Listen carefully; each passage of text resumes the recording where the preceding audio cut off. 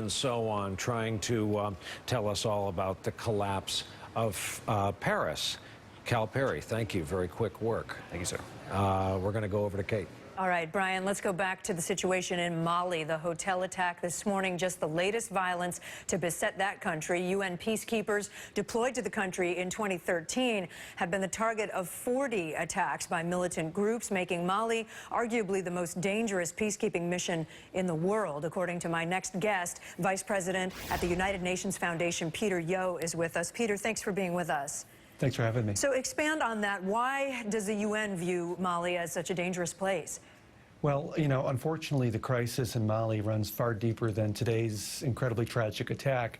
It's important to remember that for a while, Mali was on the rise. But the Islamic extremists, particularly in the north, are intent on instituting Sharia law and took action to take advantage of the political instability in the whole country. And so as a result, United Nations peacekeepers are targets because they're viewed as trying to work to establish peace and stability and to work with the political parties in the country to find a way forward. And in fact, it's important to remember that at the hotel today that was attacked by the terrorists, there was a sixth round of peace negotiations that were occurring under UN sponsorship.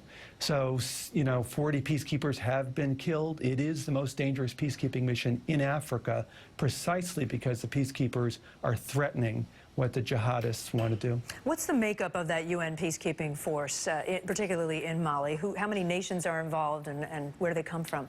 Well, we have nearly 13,000 United Nations peacekeepers in Mali, most of whom are drawn from nearby countries, but also countries like Bangladesh.